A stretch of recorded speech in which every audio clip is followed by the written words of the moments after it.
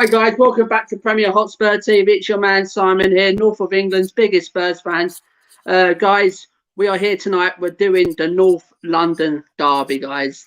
The biggest game in the Premier League, guys. The biggest game of the season, guys. I am joined by my co-host Matt, and we have got two very special guests, guys. And we'll play this little video, guys, because we're always on this show, guys. We always give the opposition their own little sing along as well. We don't mind it.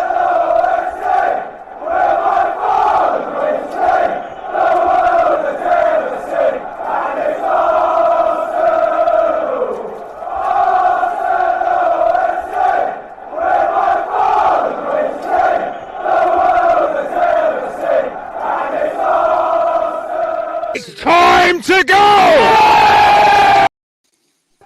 Yes, guys, it is, guys. We have got two very special guests. We did say that, guys. We have got Claude, the voice of reason, guys, and we have got Kenny Ken here. Kenny, how's it going first, pal? You know what? I was very, very impressed with the introduction for the Arsenal, but I was looking at the Spurs one. I was thinking, oh my God, this isn't a banter thing, but I must say that, and I say this as genuine. You don't have to accept what I'm going to say, but I can't believe that during the Pochettino years, where you play some really good football, you've got nothing to show for it. And I'm astonished, any neutral will be astonished. I'm shocked at that.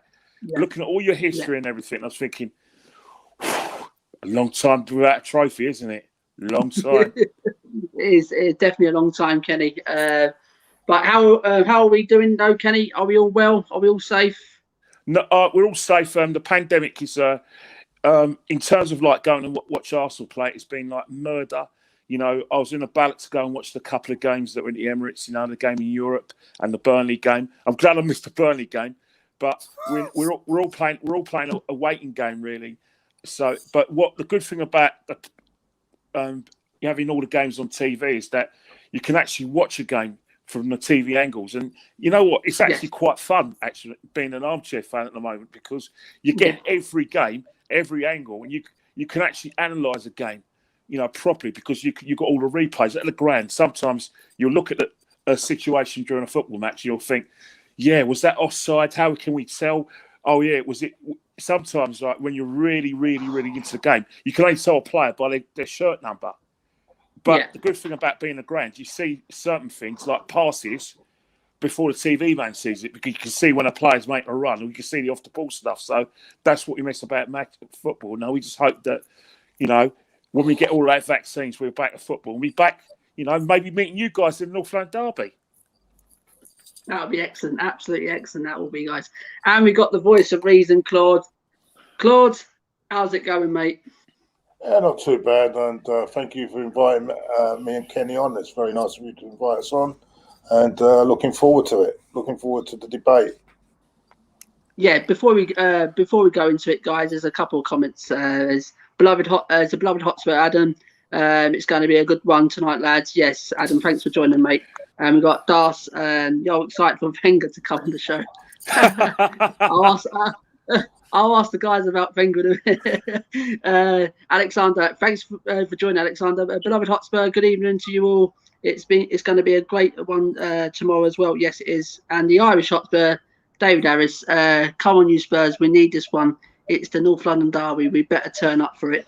Rivalry side, I'm in huge respect for Claude and Kenny Ken. Well done, Simon and Matt, for keeping it up. Thank you very much. And we've got Paul, Kenny Ken. So good. They named you twice. Paul, nice one for coming on, Paul. Thanks for the guys. Just keep the comments. If you've got any questions to ask Kenny or Claude, fire away, guys, and I'll get them over to you. Guys, it's one question. It's a couple of questions. Matt's got two questions, and we've got two questions before we get into the predicted lineups and the combined 11 and all that, guys. What's going on at Arsenal at the minute? One of you take it away. Well, I'll leave that one to you, Kenny, for the moment. I think the situation at Arsenal is that basically we're in basically project. Although Arsenal fans don't want to admit it, we're in project re-entry into the top four, stroke title challenge, stroke winning the league, and that's what the project's been like that since 2018 when Arsene Wenger was sacked, and for the right reasons. So basically, what's happened is that's the process. If you speak to any Arsenal fan who are beyond Arteta, they say it's a 2 or 3 year process. This season needs to be written off. He's making a lot of progress. He's got our defence right. He's got rid of all the dead wood. But the results ain't saying that. So what's happening now is that people like me and Claude are very much want the manager replaced because we think it's a results business. And other fans think, no, give him a chance. We're there seeing real progress. We've got rid of Ozil, the dead wood, the poisonous pills at the football club. But as you guys well know, the problem we have at Arsenal is that we're 2 or 3 years behind every other club. And that includes your club, because what's happening now is that when Arsene Wenger was at the club, it was Arsene Wenger was in charge of every island at the football club. And since he's gone, we've had to appoint 3 or 4 important jobs because, like a director of football, a transfer committee, someone in charge of the wages, someone who has to report to the owner. So you look at Spurs, they've already got that already. You've had that infrastructure. You know what I mean? In terms of leaving, you had the guy from, was it Balladini or something? Yeah. Balladini. So you have someone like that. Man City have had, personally they had Gary Cook and Brian Wood, and they had Tarugi. Chelsea, they got, they had a guy from Nigeria. I'll get his name again, but Emiliano. Then they got Granskaya, and they got a great infrastructure. And Liverpool got the transfer committees. So other clubs are ahead of the curve. So we're trying to play catch up in that respect. Off the field, we're terrible. And then what we've done right now is that a lot of maybe a few managers have said, no, we want big money to spend. But the problem is we're spending the money. We outspend you all the time. We've got 2 players on 350 grand a week, but one of them's already gone, is being sent to Turkey. So basically what's happening now is that the wages are the highest in the Premiership. The transfer fees, we broke the transfer fees in the last 3 years, but as it's not working on the pitch, it just isn't working. And I think that's the situation we find ourselves in there, in terms of like with Arsenal, is that we've got a young boss, but the results are not showing any discernible progress. And I'm afraid if we lose tomorrow, the whole doubts and whole divisions are going to be magnified. And I think at the end of the season, we really need to replace this manager and get a big name. Over to you, Claude. Yeah, I agree with Kenny. I mean, there's a lot of things I agree with Kenny, but he's saying about tomorrow, about our priority for me now is the Europa League. I think we've had a disagreement, me and Kenny, over this. I think this game is more important to you tomorrow than it is to us, to be honest with you. I know it's for us, it's pride. It's you don't want to lose the North London derby. It's a big game wherever you are. But to me, I think it's more important to you. You've still got a very big chance of top 4. I don't think. I think we're very outside chance of top 6 at the moment. So I feel that's for me. That's a bigger game for you tomorrow. So I'm looking at your team at the moment. I'm looking at. I think Mourinho's been justified in keeping Bale up until now on the subs bench and bringing him through slowly because he obviously wasn't really fit. And now you're starting to get starting to pay off, isn't it? He's playing really well. Yeah. He's not the player that left you for Madrid. It's not the same player, but he's aged a bit. He's not the same, but he's a bit more intelligent. But he's lost a bit of pace, but he's making up that with intelligence.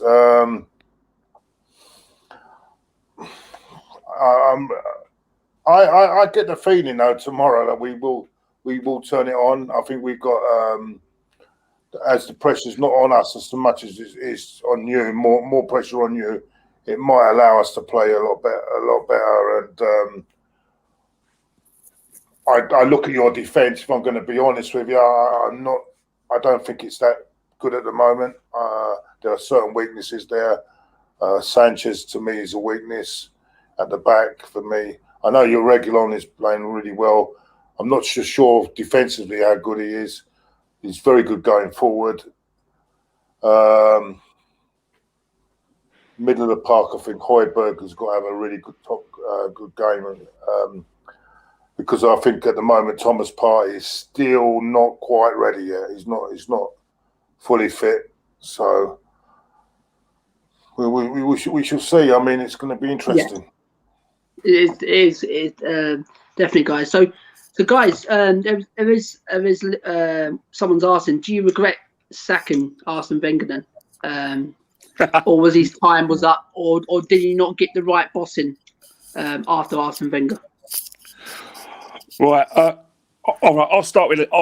Claude will finish me off. But Arsene Wenger should have been fired in 2009 because that was when. Because if you look at Arsenal's decline, Arsenal's decline, as far as I can discern, happens in the 50th game at Old Trafford, the Pizzagate. Because what's happened is that there was a blueprint out to play us, where teams could intimidate us. Getting the words out. Teams can intimidate us physically. They'll play the referee. So basically, what they were doing is get the tackles in, get men behind the ball, and then they'll make themselves difficult to beat. When Paddy Vieira left, Arsene Wenger copied Spain and Barcelona by going Barcelona with small, technically gifting players.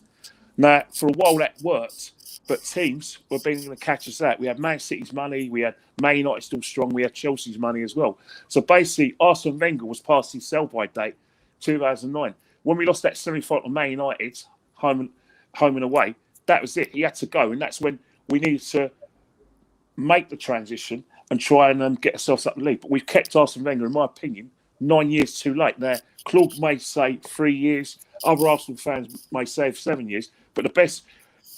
Arsene Wenger is the reason why Arsenal were in decline at this moment of time. People are going to say, "Oh no, you can't say that about Arsene Wenger, your most successful boss." But the minute he broke up the invincible sides, lost Vieira, lost players like Pires, lost Henry, that was it. The well was dry. What was happening is that we got in the top four, but we got in the top four in spite of Arsene Wenger. If you look at it between 2006 up until about 2010, the top four was a close shot between Arsenal, Man United, Liverpool, and Chelsea. So basically, what's happened is that we 4 teams paid the biggest wages. Also, as well as paying the biggest wages, they had the best players. So we're always going to get in the top 4, despite the fact you had a couple of chances under Martin Jol, and you had a few chances under Harry. Basically, it was a closed shop. So we're always going to get in that top 4. And even when Man City's money went out and Liverpool dropped out, Man City at their place, and we always had that cushion. But what's happened is that teams like you caught us up, Spurs, and took our place in the top 4. Man City became stronger, so did Chelsea, and basically the well was dry. So sacking him, if we had sacked him, say in 2013, 2014, we would have got Guardiola because he was well eating the come to the club. And there's Van Gaal's been available, Simeone's been available. There's been loads of available managers over the time when we should have sacked Wenger, where if we got these managers in, we could still be competing right now. But we kept him when the well was completely dry, and now we've got a transition we never needed. And that's why. And in terms of Unai Emery was hiding to nothing. I know Claude wanted him out, and I kept on arguing with Claude, don't do this. No, he's got to go. Because if we get rid of Unai Emery, we're going to get people like Arteta. And that's what we've got. But when you lose the dressing room, Kenny, you have got no chance, mate. And I felt for him as well. But when you lose the dressing room and you can't communicate with your players, he weren't interested in getting a translator in. He was trying his best, but he weren't. He couldn't. They were taking the piss out of him in training as well. The players. I mean, they are a lot to blame for it, but. As you say, when you lose the players, and that's it. And they've got so much power now that he had no chance of staying. You made a good point about it, and I heard Hugh Wizzy last night on another podcast, and he said that And this is why I screamed at the video. I screamed at the screen. He said that we were. He performed miracles for us to keep in the top 4. Yeah, and you made the same point as me. That's rubbish because after the top 4, we should be in that top 4. Yeah, because teams below us have got much less resources than us.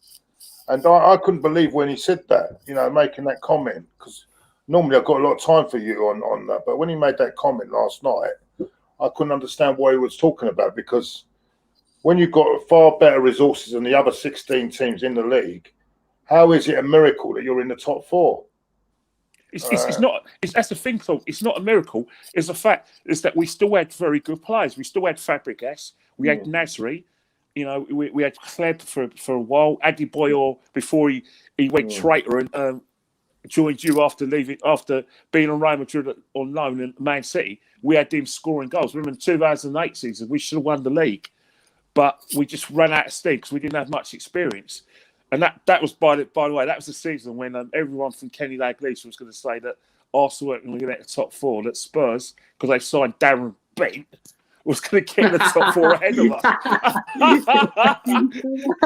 You know what I mean? Everyone was predicting that Spurs would get the top 4 because of the way it is.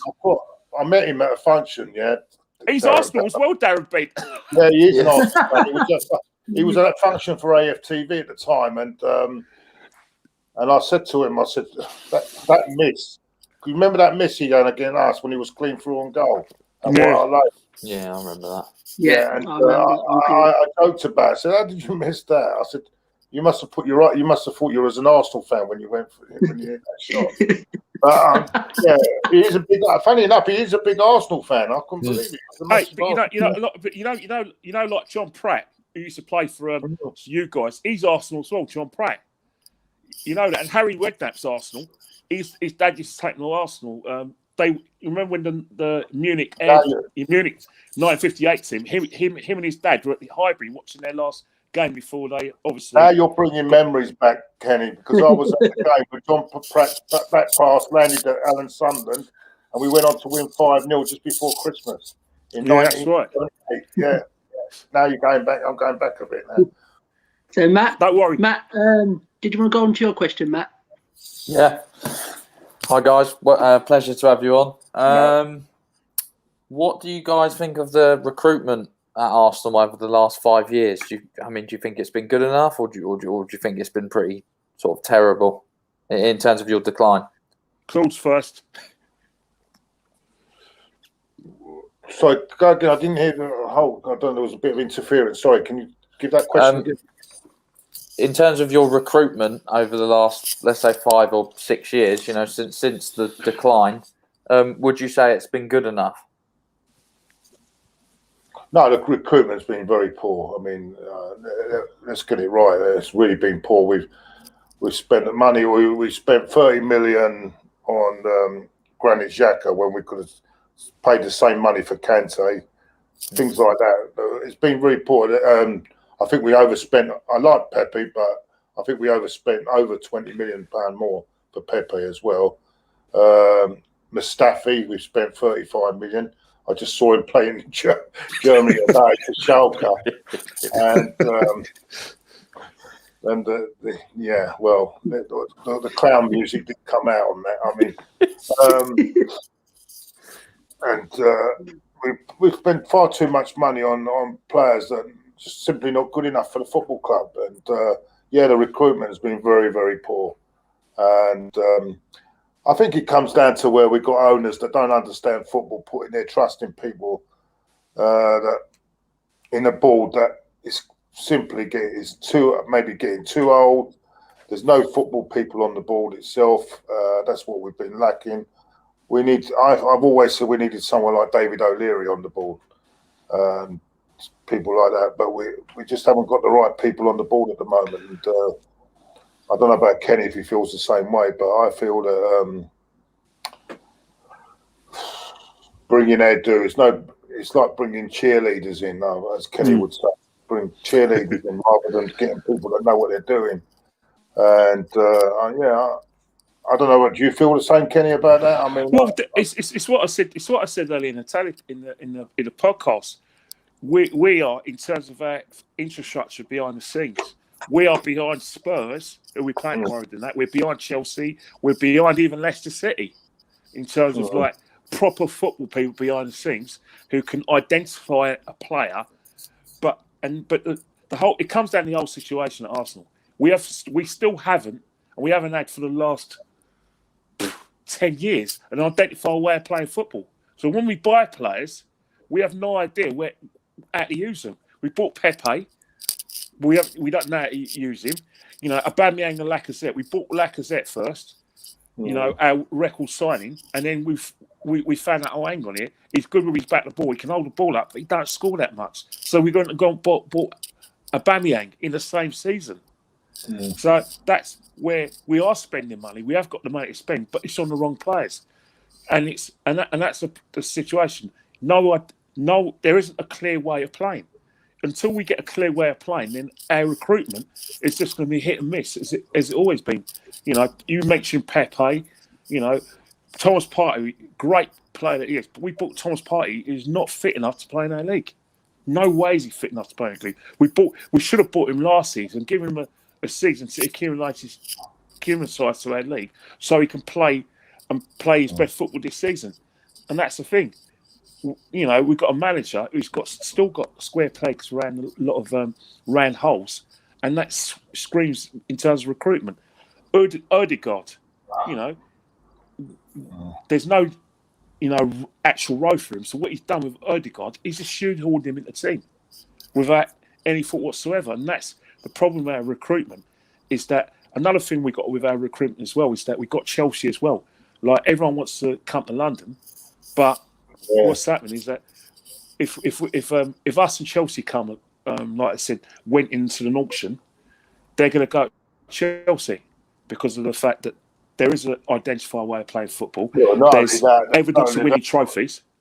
But you know what I mean? Yeah. But if you look at what's happened in terms of recruitment, Serge Aurier is an Arsenal player. He's gone to you guys because you've got Champions League football. A lot of the players have gone to Spurs.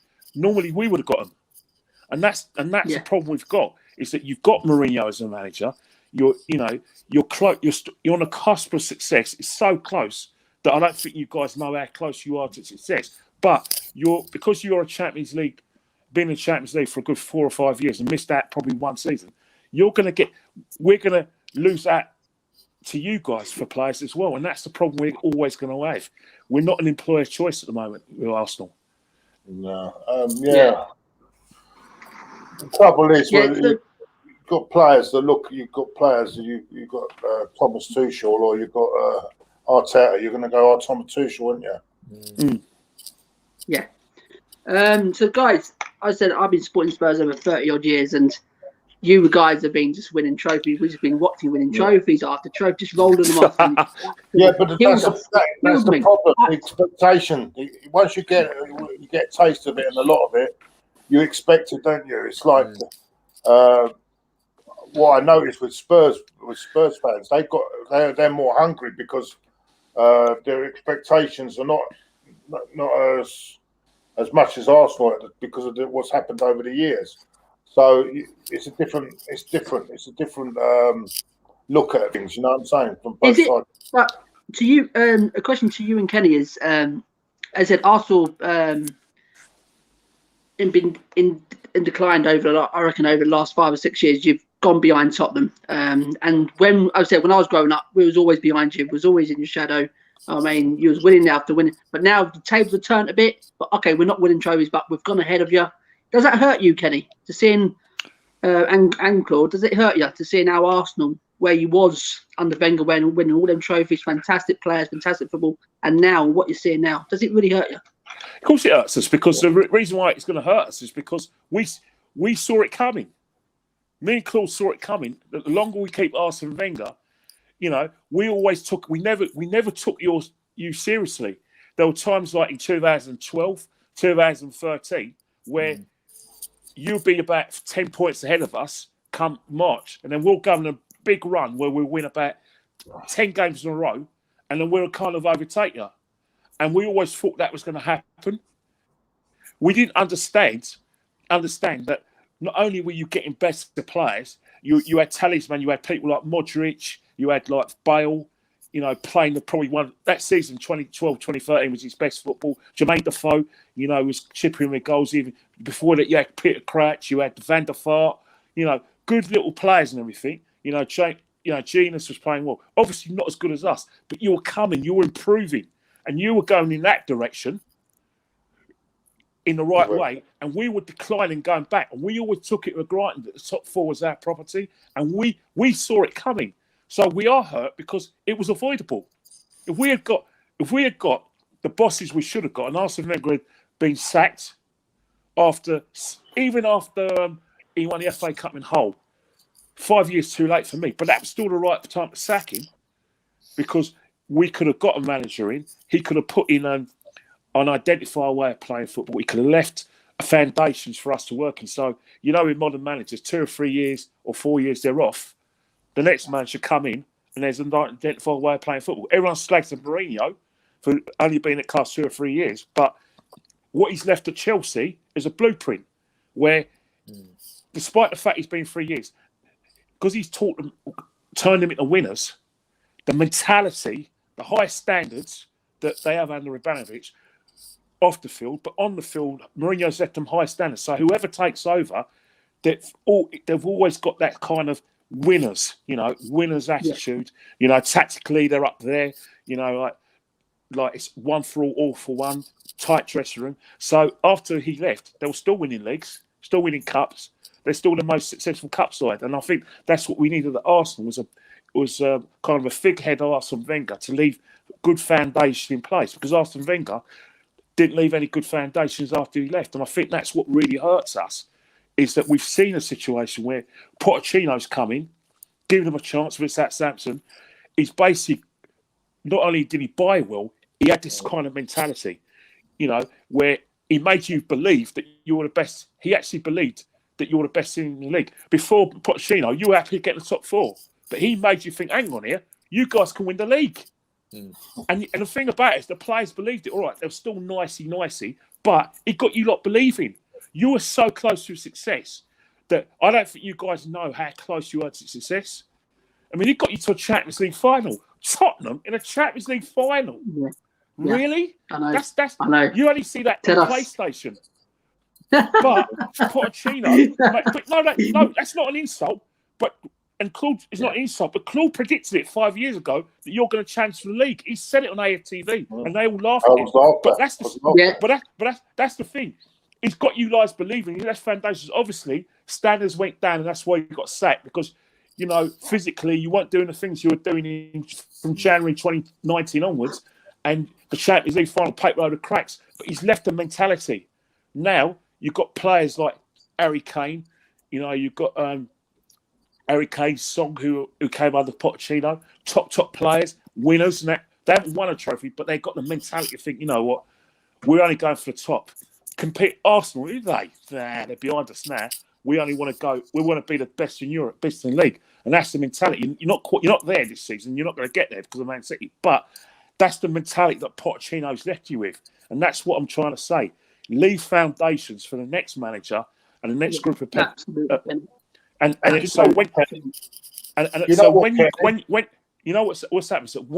So basically, whoever takes over, whichever players come over, they know their standards. All right, you've got standards at Tottenham now. At Arsenal, we need that now. We need whoever's a successful manager gets in, leave a blueprint of standards, higher standards, where only winning will do, and then we could compete again, and we'll be not only just compete under one manager throughout the years, and that's what foundations are. And do you know what, Kenny? Pochettino showed a bit of bottle in that final and didn't play Kane, they might have had a good chance of winning it. I don't think he should have played Kane in that final. Yeah, I said this all. Guys, I argue with that, and I think.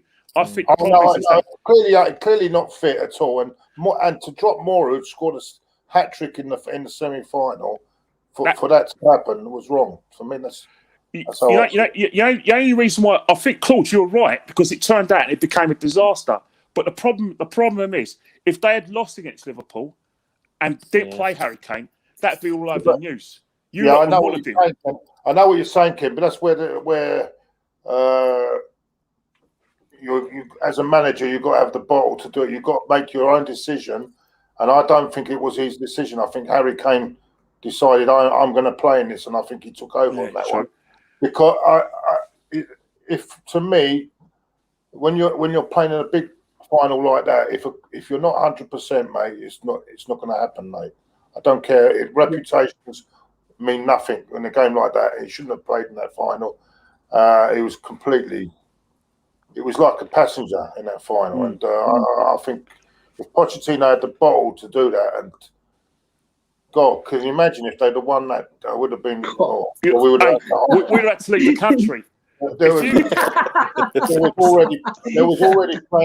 already passports ready to leave, mate. Exactly, we're all going. We could airline tickets. The biggest humiliation there. If you guys win the Europa League, we're all leaving town. We're leaving town. I'm leaving town, mate. You'll never hear from me again. The Champions League is the one I don't. I mean, the Champions League. If they'd have won the Champions League before us, mate. Oh, that would have been a big. Oh, man. You know what? What it is if you guys won the Champions League 2 years ago, all the 30 years of hurt will just go just like that. Yeah. Anytime you go to an Arsenal fan in an argument, all you got to do, if you won the Champions League, you'll win every argument with an Arsenal fan. They can't argue with you. They have to leave the room. You know what I mean? Chelsea fans be irritated, but they've won it already. But you guys, oh God, we were praying that Liverpool beat you. We were praying, and it wasn't because it was actually bigger than the hate in Spurs. It was the fact that we couldn't live with it. Seriously, no Arsenal fan got any sleep before your final. None of us got any sleep. We watched it. There were people were actually saying. I remember on Twitter that week because we played the Europa League final first. They said, "Would you take?" They would take an Arsenal loss in the end for Tottenham to lose as well. I mean, to lose as well. Wow. In the final, they didn't want. If it meant we won the Euro, they didn't win the Europa League. They won it. They didn't want that. If they would rather have us losing, and then Tottenham to lose the final instead. Do you remember that on Twitter all week that was going on? Hey, that's seriously. You had to be on Arsenal Twitter. We seriously thought that we would rather as Chelsea bodied us rather than than you winning the Champions League. Yeah. That's how bad it was. The humiliation, right, of you guys winning the Champions League would have just killed us. It would have just finished Arsenal Football Club. It would have finished our fans. We wouldn't be able to cope. We wouldn't be able to show our faces because what it will do is that it will just highlight everything we feared because we didn't see a lot of Arsenal fans were in denial about your progress. And then for you to win the Champions League, you get the Champions League final was one of the worst days of our lives. When you scored that winner in the 93rd minute, wherever it is, I swear to God, my heart sank. I couldn't believe it. We had the worst one for me. The worst one for me, Kenny, was when they played Man City. And Man City scored. I was like, we were like that. I went to the loo. I come back and I thought the score has changed. I thought VAR. That's the worst one, right? That's why you wait for VAR, didn't it? Yeah, be honest with me. When they beat Man City, I thought their name was on it. Yeah, we all thought you win it. We all thought you win it. No, I mean, especially after they come back as well against Ajax. But I think the biggest mistake they've done was the final when they put Kane in the final when he's not fit. How can you not play a player that's got a hat trick in the semi-final? Because Harry Kane's the best player, best striker in the country. Well, it might be, but it's not. You can be the greatest player in the world, but if you're not fit, like Ronaldo in that World Cup final. Yeah, I totally agree.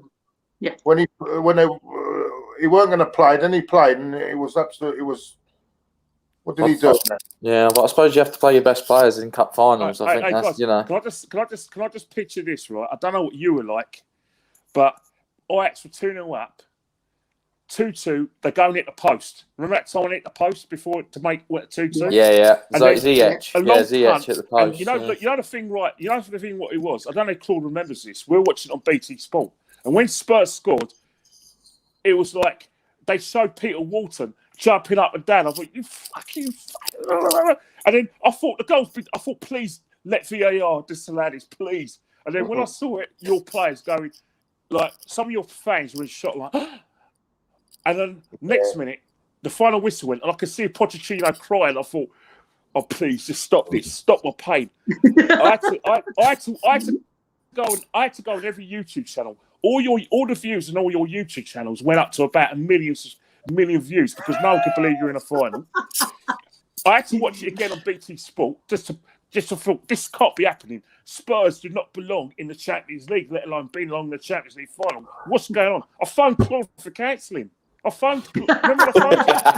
I need someone to talk to. Oh, brilliant, Kenny. Right, guys. Before we get into the combined 11, guys, Matt, do you want to ask the guys your last question, mate? Yeah. Just in both your opinions, I obviously kind of know the answer anyway, but I just want to hear your opinion. Why? I mean, do you believe in Arteta, or do you think he's a bit of a fraud?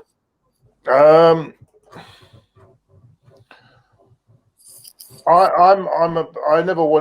to be honest with you. I didn't want him in the job in the first place because I don't believe any top job should be given to a guy with no experience, and this is one of the biggest jobs in the country.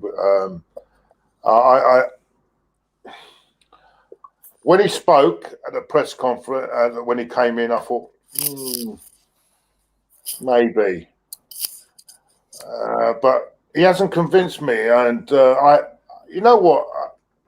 At this present moment, yes, I don't think he's the right man for the job. But I hope, and I really do hope that he turns. I want to be eating humble pie at the end of it, and I want to be grovelling and saying I got it wrong because it means my club is on the right path. You see what I'm saying? Yeah. So. At this present moment, I don't think he's to me. I don't like the way he's handled certain players. I think he's handled them really wrong. I think it's probably down to inexperience more than anything. I still think that this club needed someone of a higher standard, and that's the way I feel. Yeah. All right. Cheers, Claude. In terms of what Claude's trying to say, I think what Claude said, in terms of like he wants it to come well. I think that the utopia for any Arsenal fan is, it's remember when Fergie was at Man United and they had this banner, Terrar Fergie, and then 3 years later they're naming their firstborn after Sir Alex. And someone like myself who wants Arteta out, I want to go from a Terrar Fergie standpoint to naming firstborn after Sir Alex. And I think that's the problem with Arteta. When Claude told me in advance, he said, Ken, I've been told that Arteta's getting a job. That was a Friday, 3 days before he got the job. I couldn't believe it. I was angry, upset. I saw that Ancelotti got the job, and I think nothing's really changed. His results in the league are horrendous. They're horrendous. Last season, everyone was saying we made some progress, but I'm not too funny. We drew a lot of the games. We lost a few. We finished 8th in the table. The FA Cup was played by the cracks. This season, the way Arteta was getting all this sort of praise. They were talking about top 4. They actually thought that they can compete for Liverpool to win the league. We now know we're competing for Liverpool, but not to win the league, to get into Europe. We didn't know that at the time. And I think the thing with Arteta, there's a lot of square pegs around round holes.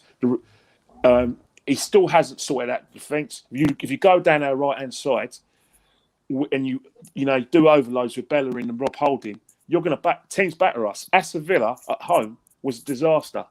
Wolves was a disaster. Getting the Wolves and Aston Villa doing a double over us, and then you've got Leicester not winning their first game at Arsenal since the 1970s. So Wolves, Aston Villa, Burnley as well. I'm sorry. A lot of Arsenal fans think there's going to be progress, but if I was an owner, the only evidence of progress is going to be your league form. And at the moment, we've lost 11 matches. And if we lose to you tomorrow, that's only going to magnify the deficiencies in what Arteta's got in front of him. People say it's not his own fault, but let's remember one thing about Arteta. He isn't the head coach. He's the team manager, which means he's got overall control of the footballing side of the club. He's part of the transfer committee. So this is his team. He's got better players than what we had under Unai Emery. So in that respect, it's all on him. You know what I mean? The only reason why, if it had not been for COVID-19, Smith Rowe wouldn't have got a game. He would still have played the same teams that were getting battered by Man City and previous by you lot. But, you know, as luck had it, he got Smith Rowe in the team. We beat Chelsea, bodied them, had a few good results. But, you know, since we've lost to Wolves and Villa, results have been, we've gone back to being inconsistent and we're making stupid, silly individual mistakes. So for me, Arteta should never get a job. And I think the sooner we sack him, the better and get some experience. Yeah, see, I'm going to come in with that as well, Kenny, because everyone goes on about winning because he's won the FA Cup and all that. But I'm going to say something to these Tottenham boys. One day Ramos won the FA, was it the League Cup? And everyone goes on about he's won the trophy. 2008, Pochettino, right, didn't win a trophy in his few years at Tottenham. But who do you think has made more of an impact at Tottenham out of the two? Oh, Pochettino, easy. 100%, isn't it? He's made more. Who's put this team probably on the map so someone else now can come in, and Mourinho now can. Yeah. He's put like Ranieri done for Mourinho in a way. He put the groundwork in. Then Mourinho came in and done up to another level. But you know, that's what I'm trying to say. It's not always because you win a trophy, you're a better manager. One trophy, you're a better manager than the other one who hasn't won anything. You know what I'm saying? That's the argument. I think, in my opinion, he won that trophy for you. He was the last one that's won a trophy, isn't it? No, was it? Yeah, it's the last one, 2008. Won a trophy for you. But for me, Pochettino has put a lot of groundwork to make you a really good side. You know what I'm saying? Yeah. And that's down to Pochettino because when he came to Tottenham, they weren't that in that. He's really who did he take over from Sherwood? Was it Sherwood? An Arsenal Sherwood, another Arsenal fan. Yeah, he took over from Sherwood. He's got to get it in there. Kenny's got to get it in there. Another one. You understand what I'm trying to say? So I do, mate. Yeah.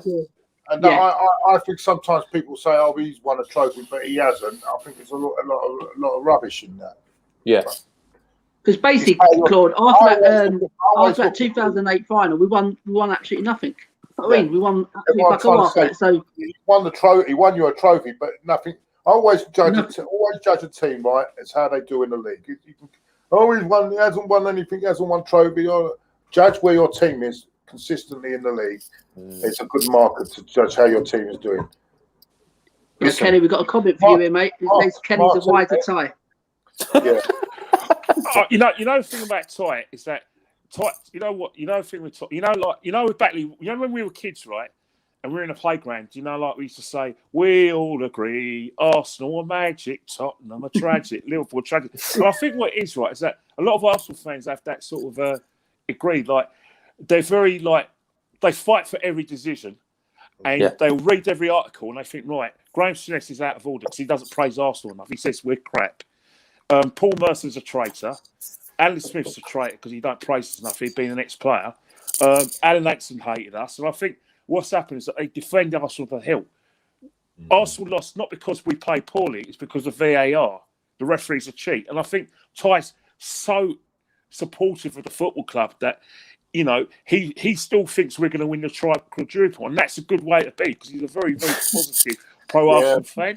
But me and Claude, we've been bitten by the reality stick and punched in the face by a reality punch. And Ty's had a few hits, but he don't care. It don't hurt him. He carries on, gets up. Yeah, we're past all that. Yeah, exactly, Kenny. So, guys, thanks for answering questions for us, mate. Much appreciated, guys. We're going to the combined 11. Do we have to?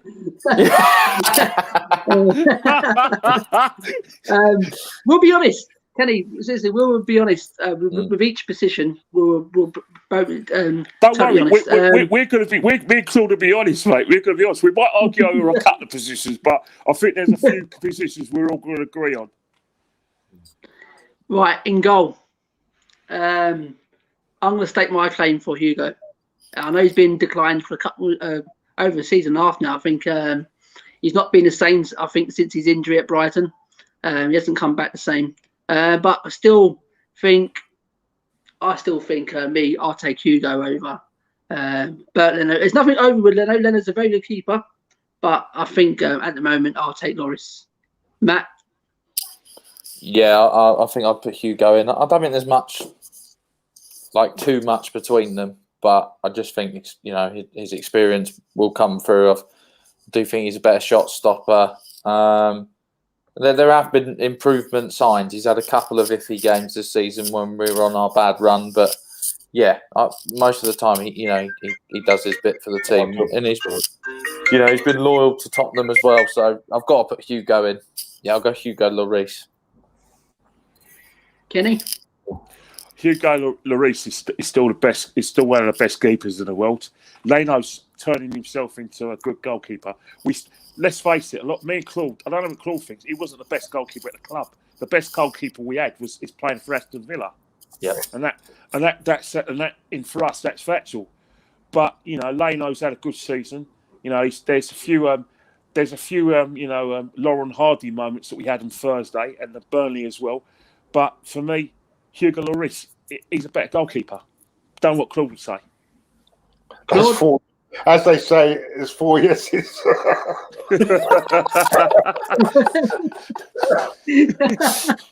No doubt about it. World Cup winning keeper. Much more experienced, more a leader as well on the pitch. Yeah, no, it's got to be. I think it's Lloris. Yeah, definitely. Right. We'll go with Hugo in goal then. Right back. Oh, Jesus Christ! We've got Aurier and we've got Doherty. They're probably not as.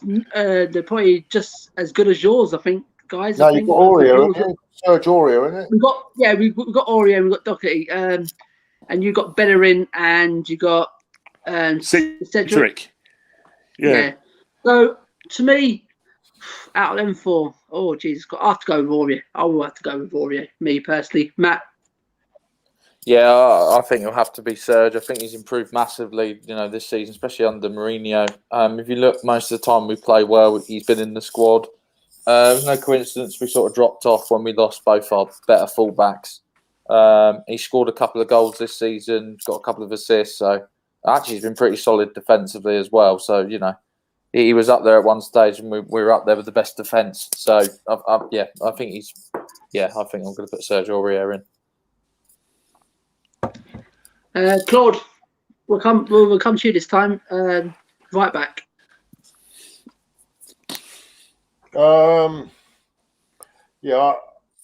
He's had a couple of dodgy games. I've seen him a couple earlier in the season, Aurier, but Bellerin has one every week. But I've got to say, he did have a good game the other night, but maybe that was probably because of the opposition weren't that great. And I don't even think he's our best number right back at the moment. That would be Cedric. So I've got to go Aurier on this one. I've got to go Aurier. I don't know what Kenny's thinking. Kenny. You know what? It's so bad. You know what I mean? Because Bellerin had a really good game, by the way, this Thursday. It's probably his best performance in quite a few years. Cedric, is very solid at right back. I look at Aurier and I think, you know what? Well, the only thing that Aurier's got a Bellerin, Bellerin, if he got bodied by his manager at half time, would just take his bollocking. But Aurier tends to, pack his bags, has his shower, and go home with his ball and everything. So I suppose in terms of discipline, Bellerin has it over him. But it's really close into the fact that they're all bad. They're not very good right backs, are they? Aurier's not. No. Doherty's Doherty was good at ball. Yeah, he don't seem to come. Doherty's not even a right back. He's a right wing back, isn't he? The right, He plays in the You know five. what? Yeah. You know what? I'm just out of loyalty, right? I'm just going to probably say, Cedric Suarez is probably the best out of. You're going to go. I'm going to go Cedric. I would have gone Suarez, but he's not playing. He don't play. You know, he's not playing. You know what? I'm going to have to. I can't go Bellas. I really have to be honest. Although Bellas played well, I'm going to have to go Aurier, and that's just because he's the best out of the bad bunch. Yeah. Right. Now centre back. This is very interesting because Jesus Christ, we're just as bad as well, guys. Seriously. Probably Davison Sanchez and Toby for us. I'll go with Toby. He's our experienced defender. I think he's one of the top defenders in the league. Still, I think Toby. I think his age. I think I'll have Gabriel in. I'll have Gabriel in there. I think I can see one and have Gabriel in there.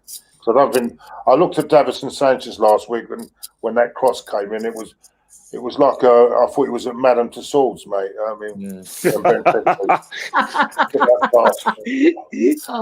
Brilliant. So I'm not one of his big. I know Kenny used to rave about him before when he was. I did when he was at Ajax, yeah.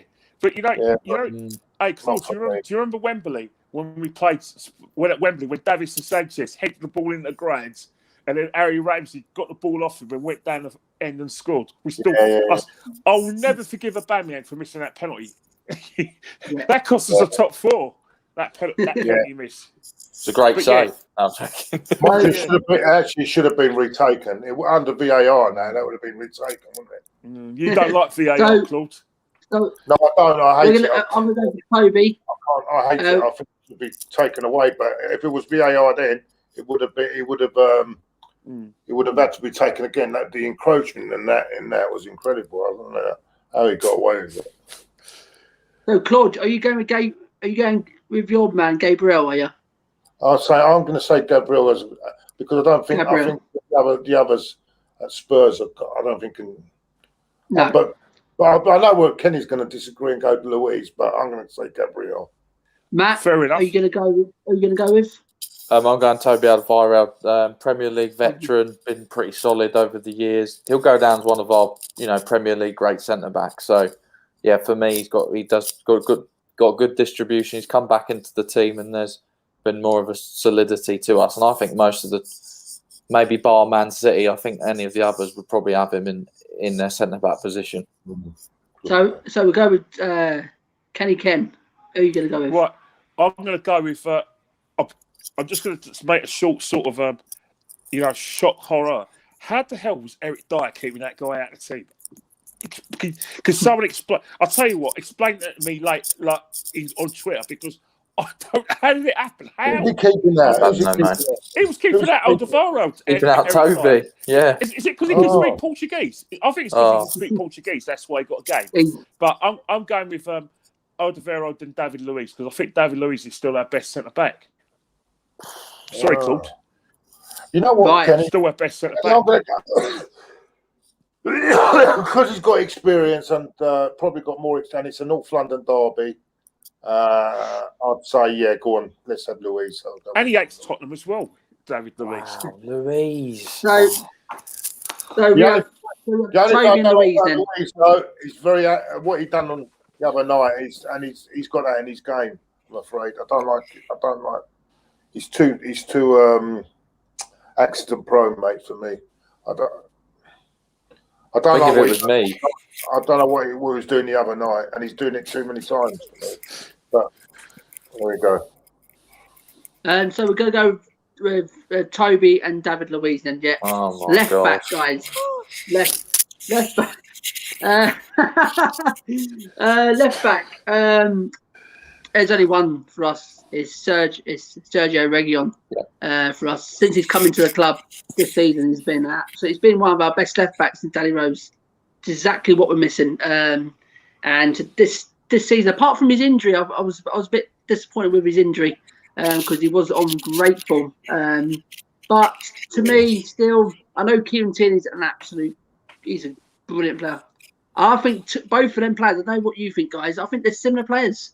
They bum up and down. But I'm going to go with obviously my man. It's got to be Reguilon. Matt, go on.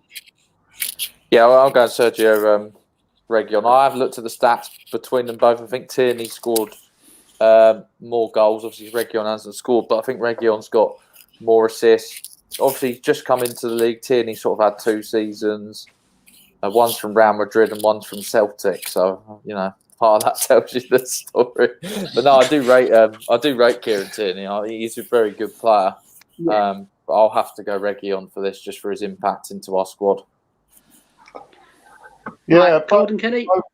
Both players have got strengths and weaknesses.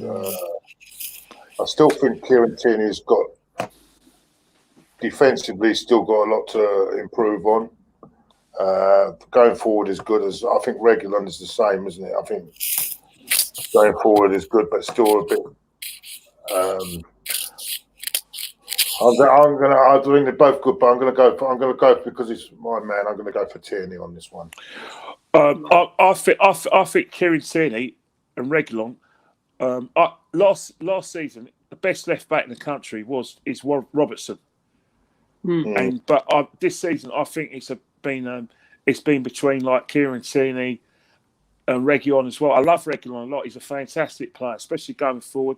And what's happened? He's intelligent as well. Is that you know when you play on the left hand, when he's on the left back, and you've got Kane cutting in with his left foot or going in the number 10 position, you've got Song running past him at left back. You're hard to play against. It's hard to play you. And that's why, you know, I can understand why you guys are definitely in love with the guy because, as I said, he's your best left back since Danny Rose. But in terms of Kieran Tierney, he's our best player for me. And I think that defensively, he's better. I think the reason why Reguilon looks great defensively because he gets protection because, you know, if you haven't got Højbjerg protecting the back four, you also got Sissoko, a big man who can run all day for you. But we don't necessarily have that. Kieran Tierney defensively is in the game a lot more than Reguilon. But I just think that it's close. But we're going with our man Tierney. How are we going to do this? So we're going to put it in the comments. Right. Yeah. If you go in the comments, it's going to be. That's true. It's going to go Sergio Reguilon. They're all Spurs there, apart from there's a City fan, Arsenal fan, and a West Ham fan. Do you know what we're doing? Why don't you ask the City fan? Because that's like a neutral thing. Don't ask the City fan. They think Arteta's God. Come on! You got to give us Tierney. What I do, because we've had Ori, you Ori is at right back. We'll just even it up and we'll give you Kieran Tierney. But it was a tough one. Seriously, Reguilon, Reggie. So let's have it'd be nice. No, so we're going to go with a 4-2-3-1, guys. Yeah, cool. Yeah. So I'll name my 2 in there. Has to be Pierre and Hoy. As Pierre Højbjerg is the best Pierre in North London, guys. Remember that, right. The best Pierre in North London. Okay, and I've got to go with Tungi and Don Baller. Matt. Yeah. Much improved this season, isn't it? Yeah, absolutely. You know what? I think I'm going to have to concede those 2 because I think I would put Thomas Partey in there, but I can't play him on Arsenal form. So I'm going to have to say if he was fit and doing really up to speed, I would have gone Partey in there. But at the moment, I'm going to have to say that I have to concede the 2 in the midfield. Matt? Yeah, Højbjerg probably signing of the season in terms of how cheap he was. 3 million in the end. He's won the possession of the ball most times in the Premier League this season. He's changed our team massively. He's a leader. He hasn't even been here a year, and we're already, in love with him. And Tungi, massively improved, scored more goals than Thomas Partey, provided more assists. Getting fitter, playing in the deeper role now.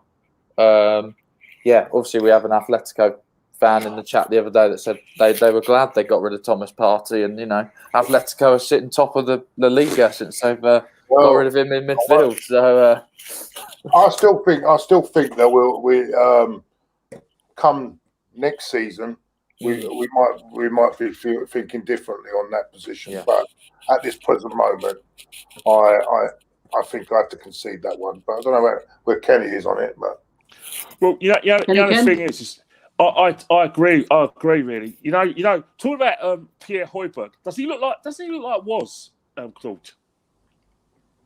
Oh yeah. He looks like was, doesn't he? He's one of our Arsenal boys who me and Claude have got a lot of time for.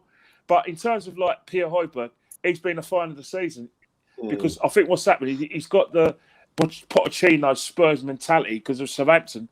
He runs a lot. He runs and he can smell danger and he protects the back four. And Ndombele, I think Mourinho got it right with him. Tough love clearly works.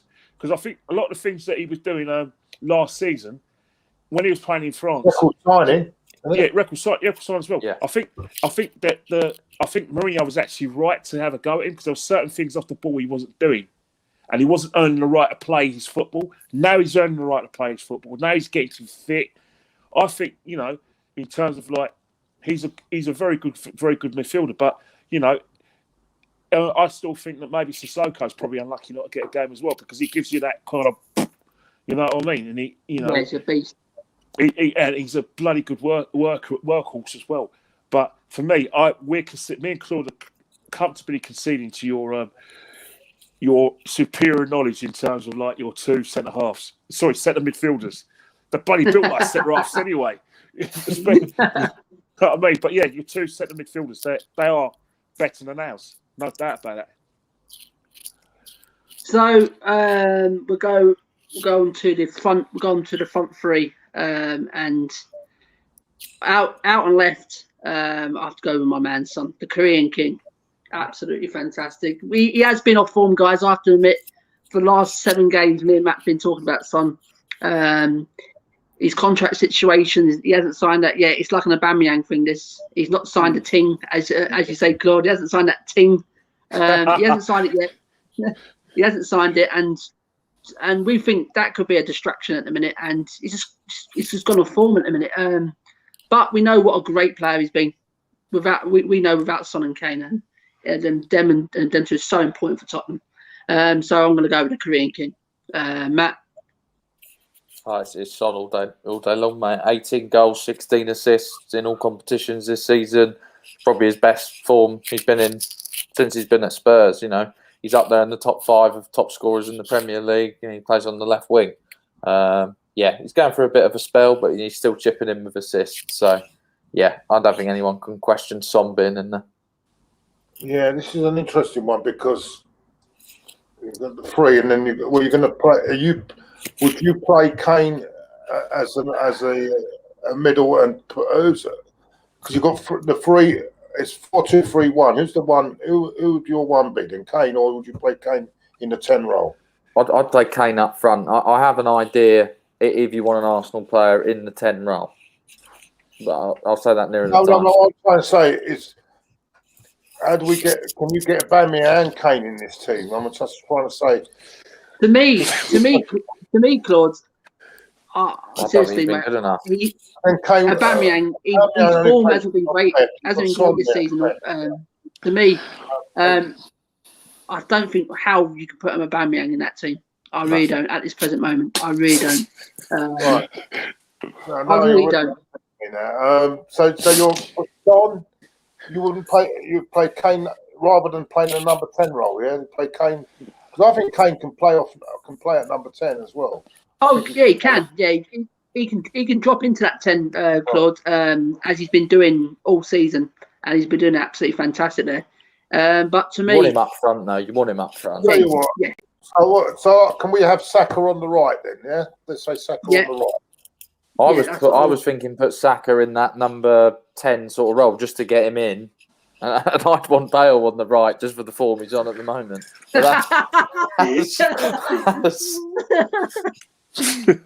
I'll let you have Saka, but How about then Saka there and Kane Bale just behind Kane? All right, we'll go with that then. I'm happy with that. Kenny Ken. Saka plays better on the right, doesn't he? You know the thing about it is, you know the logic you use for Aubameyang, which we agree with, by the way, because he's been like what during the Pierre-Emerick Aubameyang, when Arsenal win, always does interviews on TV, always happy. When we lose, trust me, mate, he's like he's gone into the witness protection program. Don't see it, don't hear from him. You know what I mean? But the thing about it is, your argument that Aubameyang isn't on form, he should be in there. We could say the same about Gareth Bale, because Gareth is a great player, but he hasn't been on form either, and he couldn't get a game before Christmas. He couldn't get a game, so you're putting Gareth Bale in this team for this season on reputation, and because he's come into a bit of form. So that's the same argument, isn't it? Yeah. So who would you rather have? Well, Gareth Bale's a better player than Saka, but I'm having Saka on that right-hand side. And then left-hand side, Song's just... there was a time when Song was your best player before Harry Kane. But yeah, I'm definitely having like Song. And then are we going to put Lucas Moura in the tendon? No, Lucas Moura, mate. You can't live off Amsterdam, mate. That was 2 years ago. That ship's gone, mate. Forget all that. I mean, Bergwijn he's been gets impressive recently. I think he's been impressive recently, but I don't think he deserves to go in. He's been impressive. Who did you play number 10, Kenny? Who did you play the number 10, the one in the middle there? Who did you play there? Number 10 role, I've got to play Saturday. Because the thing is, I'm not having Odegaard in that. Odegaard, because I think in terms of Odegaard... Play Saka. So what about Smith Rowe? Nah. No, I think Saka's been your best player. Hold on. So Saka and number 10 role, yeah? Yeah, and I'll play Song off him on the left-hand side, and then we just got to choose that striker. Right. What's that? But Bale normally plays on the left, doesn't he? No, he's on the right at the moment. Right, cuts in on the left. He used to play on the left for Spurs, though. Yeah, but he played everywhere. He played everywhere. And the Villa's she played where he wanted to. Yeah. I think Son, Bale, Saka, and Kane up front. So that's it. Yeah, I think that's right. Kane's the best player in the. I think this season, I know it's controversial from me, and it's very un-Arsenal, but Harry Kane's best player in the Premiership. I said 4 players. And guys, someone admits this. And guys, can play in the Premiership at the moment? Yeah, guys, he's not even in the conversation. I've heard a lot of Arsenal fans talk about this saga with Kane and Aubameyang. Who's the better player? Who's the biggest striker in North London? Guys, who is the better player? Oh, come on. Kane by a mile. It's not even close. It's not Kane by a mile. Kane by a mile. Sorry. Yeah. And we're honest. I think the thing is that because of my age, and I think it's Claude's age, we've seen in terms of like consistency. You know, every year Harry Kane's obviously Aubameyang scores loads of goals as well. But Harry Kane has got another facet to his game this season where he's scoring loads of goals, but his assists. He's probably playing his best football since he's actually come to the team. He is at the moment the best player in the Premiership. You can't argue with it. How many goals has he scored this season? How many assists as well? He's defending corners. He's actually playing 14 assists, isn't it? Yeah, but look at the defending he's doing as well. He's playing total football. I'm sorry, Arsenal fans. Please forgive me. Don't unfollow me on Twitter. Don't send me all sorts of horrible messages. But Harry Kane. But it's honestly, Kenny. That's what I like. You're just being honest. He's playing his best football. Now, in that book, I think he's had a better. If you ask me, has he had a good season? Has he had a better season than Salah? Yes, he has. Has he had a better season than De Bruyne? He has. Has he had a better season than Fernandes? Maybe it's between him and Fernandes for Man United, but you might tilt towards Harry Kane because Fernandes. If you look at the numbers, Fernandes and Harry Kane are probably the best players in the Premiership. So it's between them. The amount of penalties that Man United get as well, that helps. Yeah, but Harry, you get penalties as well. You've had some. You're going your way. Yeah.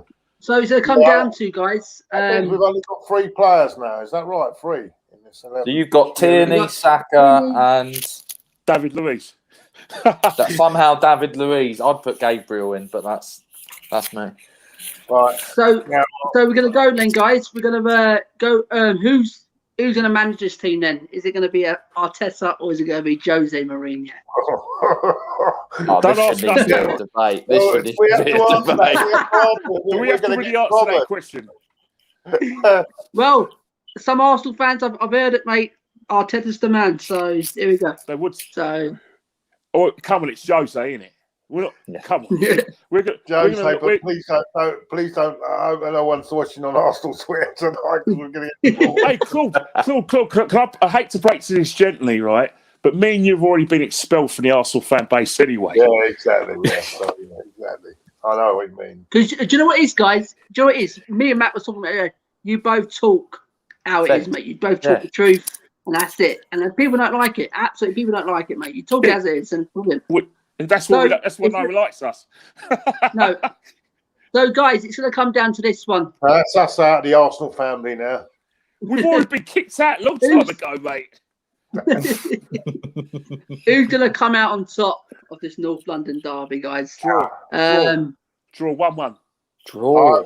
I've got a good feeling about this. I think we'll win 2-1. Wow, Jesus, Matt, go on, mate. Yeah, I don't want to be too confident, but I'm feeling good. I think if our front four can get firing at Arsenal, I don't think they've got enough defensively. But hang on here, Matt. Who said Dele Alli's getting the game? Who's getting the game? Where are you coming from? Lucas Moura, mate. Lucas Moura is going to terrorise your back line tomorrow. I thought you were talking about Dele Alli getting the game. No. So our front four will be Moura, Bale, Kane, You know Son. why I feel that? Because everyone said we had no chance against Chelsea, and we that's one thing that can turn up and do that tomorrow. I think Spurs will get a penalty. They always get a penalty at the Emirates, Tottenham. I just think, guys, if we go on the front, if we start the game how we did over the last couple of games, we started from the off, and once we get at defenders, once this front four get at defenders, seriously, mate, they are lightning at the minute. And if that's happened, then we get the early goal. I think it's going to be the early goal, guys. Whoever gets the early goal, I think that's where the game's will be. So I think it's going to be, if we start well and get the early goal, I think Tottenham will run out 3-1. You've done that before, though. Like if you want, you remember last season when you got 2 early goals, and then what's happened is that the crowd sort of kind of drags you in, and the fact that we're playing Tottenham, and but there's no crowd. That could be the difference. There is no crowd at the Emirates. I think the crowd plays a massive part. And plus, definitely. And was that Mourinho under Mourinho? Or was that under Poch? No, it's under Poch, isn't it? Mourinho's one. Mourinho's got 100% record against Arsenal for Tottenham. That's what I'm saying. Kenny Ken. If we go just say we go 2-up tomorrow, mate.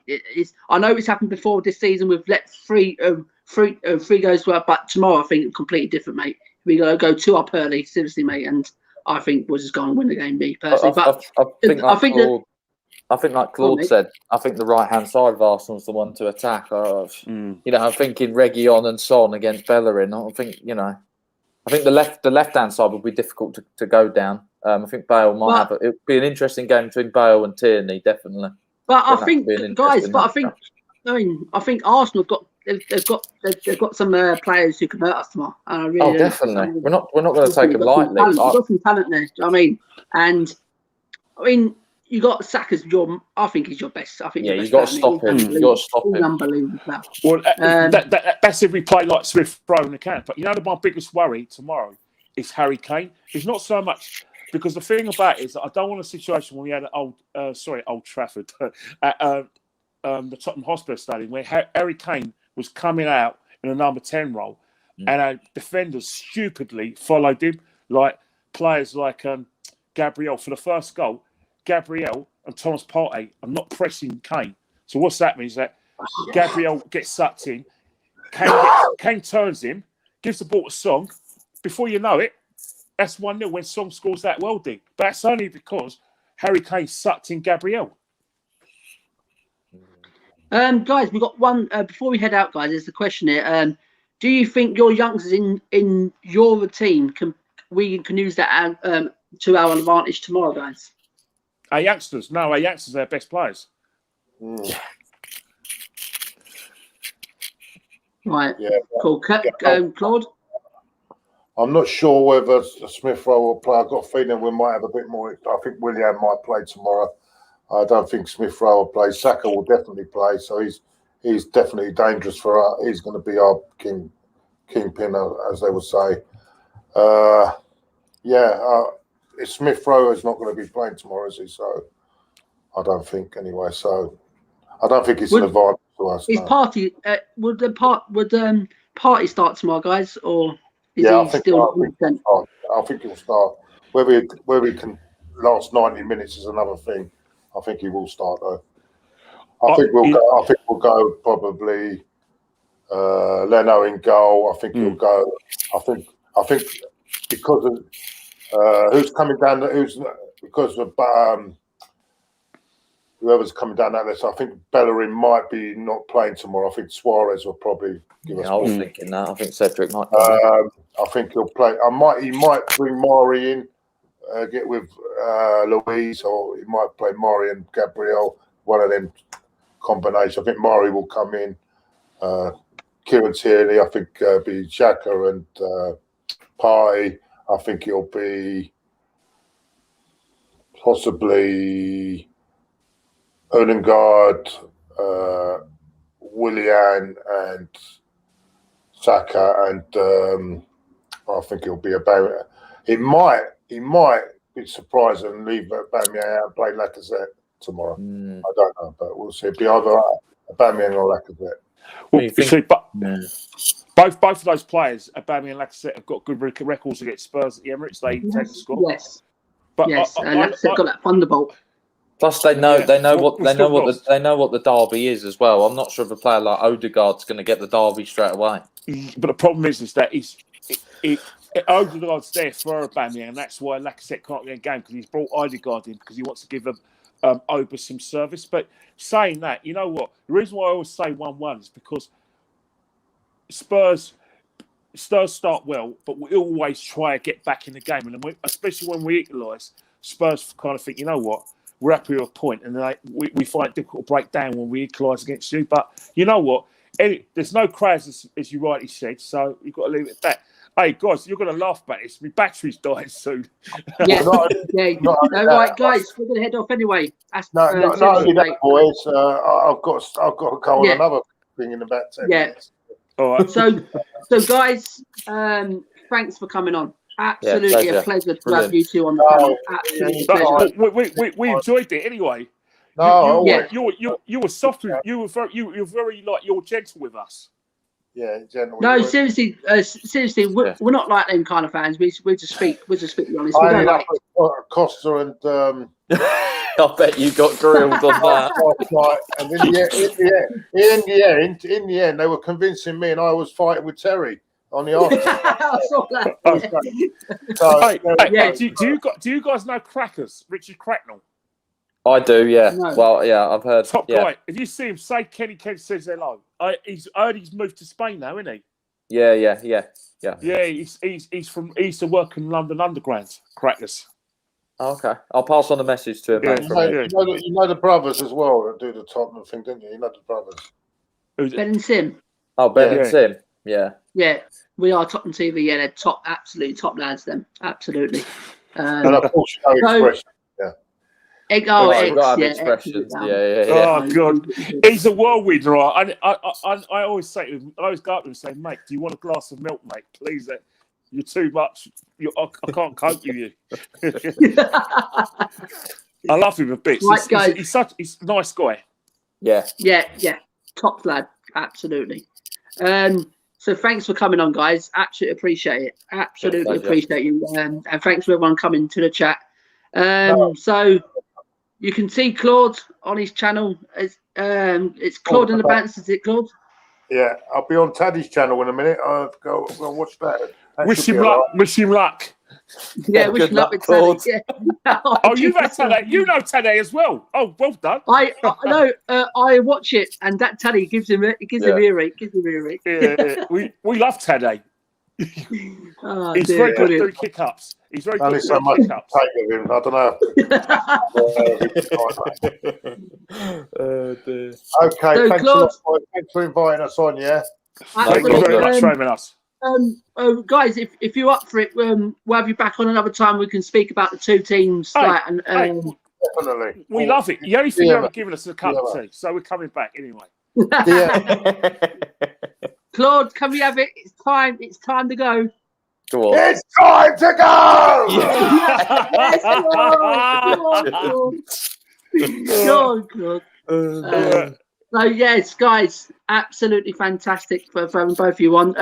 And yes, I'll do another show and we'll have you back on, and we can talk about the two. Guys, we Great could meet up clubs. in the Europa League. Remember, we can meet up in the Europa League. So let's don't. We're already In the final. finals, aren't we? In the final, In the yeah, final, we'll see Kenny. you there. We'll see you in the final. What we go to Poland? Yeah, I'll meet you in Poland then. Let's do it. Right, guys. Yeah, all right, mate. Take See care.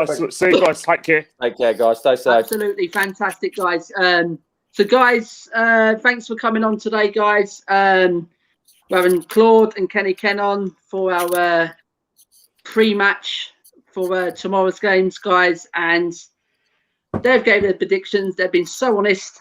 Absolutely top guys, these two. And let the best team win tomorrow, guys. Let the best team win. Let's hope it's Spurs. Let's hope it's Tottenham, guys. Let's hope it. Arsenal, and- come on, you Reds. Come on, you Reds. So thanks for coming on, guys. We have been Premier Hotspur TV. I've been Simon. This has been Matt. This has been Cheers, Claude. guys. This has been Kenny Ken. Good night, guys, and we'll see you again, guys. And we'll leave you with this.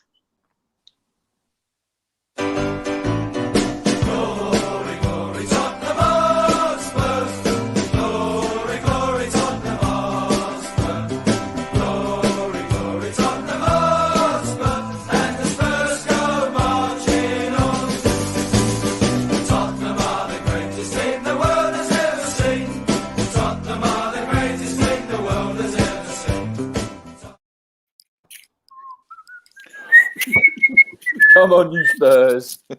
Come on, you Spurs. Come on, guys. Come on. See Good night. God bless, guys. you later.